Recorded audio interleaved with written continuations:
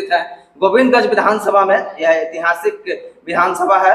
इसे विधानसभा में सोमेश्वर नाथ, जिसको कहा जाता है कि बिहार का काशी है, उपस्थित यहाँ पर स्थित है। और किसान परिवार से निकले हुए नेता हैं आशुतोष कुमार, और इस चुनावी वर्ष में आप ताल ठोक रहे हैं। सबसे पहले क्या कहना चाहिएगा, आप चुनाव क्यों लड़ना चाह रहे हैं? चुनाव हम लड़ना चाह रहे हैं, यहाँ की जो हमारे समाज की अभी जो व्यवस्था है हर तरह से, जैसे कि आप भ्रष्टाचार देख लीजिए, अपराध देख लीजिए, हेल्थ व्यवस्था देख लीजिए, एजुकेशन व्यवस्था देख लीजिए, सब कुछ चौपट पड़ा हुआ है। आप भ्रष्टाचार को अभी देखिए, हमारे गांव से चाहे हमारे समाज से कोई भी काम हो, थाना ब्लॉक में कोई भी जाए, किसी का काम बिना चढ़ावे के नहीं हो सकता है। भ्रष्टाचार की ये स्तर है।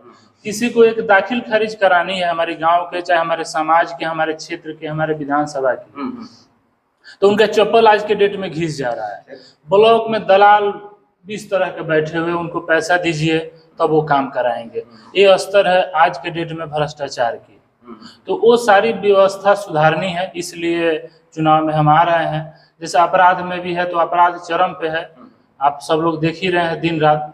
लेकिन अगर कोई भी आदमी अपने न्याय के हक का मांग करने जाए, उसको न्याय नहीं मिलेगा।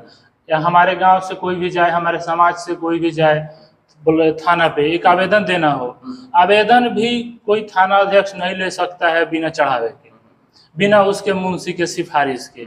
आवेदन भी उसका मुंशी लिखेगा, उसके लिए भी पैसा लेगा। गरीब बुढ़वा आदमी है, उसको आवेदन लिखने तो नहीं आ रहा है, आवेदन लिखेगा उसका पैसा अलग लेगा। थाना अध्यक्ष रजिस्टर करेंगे कोई भी एप्लीकेशन को, तो उनको अलग से पैसा चाहिए।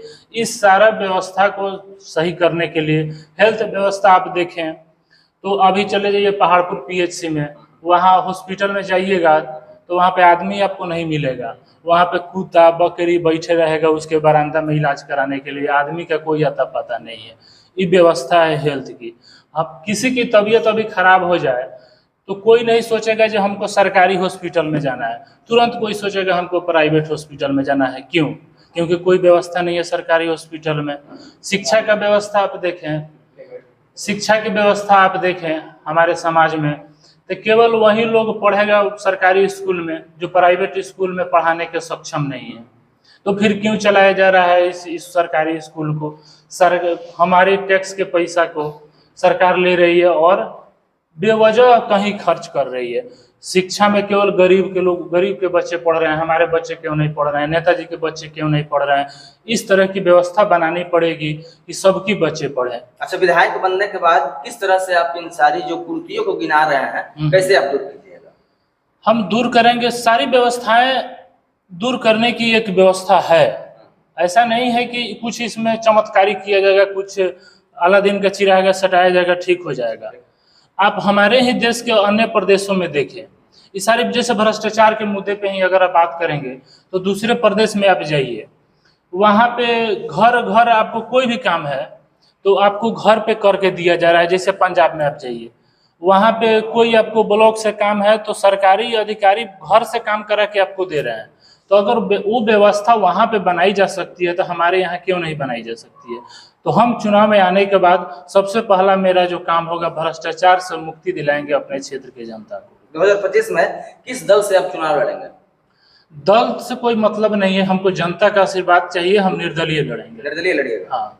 चलिए, साथ में बैठे हुए हैं भाई सेना अध्यक्ष और समाजसेवी हैं उत्तम सहनी, क्या कहना चाहिएगा आशुतोष कुमार उर्फ छोटू सिंह के बारे में? चूंकि गोविंदगंज जो है वह चर्चित विधानसभा है बिहार का, और यहाँ से एक युवा आ रहे हैं, इनके समर्थन में किस प्रकार आप? देखिए, बहुत सारी पार्टियां चुनाव लड़ रही है और आशुतोष जी इसमें आए हैं, बहुत अच्छी बात है। क्योंकि लोकतंत्र के लिए जितना भी ऑप्शन मिलता है, जितने भी कैंडिडेट आते हैं, तो जनता को अच्छा चुनने को मौका मिलता है। जैसे कि ज़्यादा ऑप्शन मिलेगा तो आदमी को समझ फर्क होगा अपना। इसी दो ही परिवार में, जैसे कि समझिए कि एनडीए और इंडिया गठबंधन में लोग बटे हुए थे अभी तक, लेकिन जितना बहुत सारे अभी दल आए हुए हैं, बहुत सारी पार्टियां आई हुई हैं, उसमें इंडिपेंडेंस कैंडिडेट भी रहते हैं, तो अच्छा रहता है। लोगों को, जनता को ऑप्शन चुनने को मौका मिलेगा, इससे लोकतंत्र बहुत मजबूत होगा।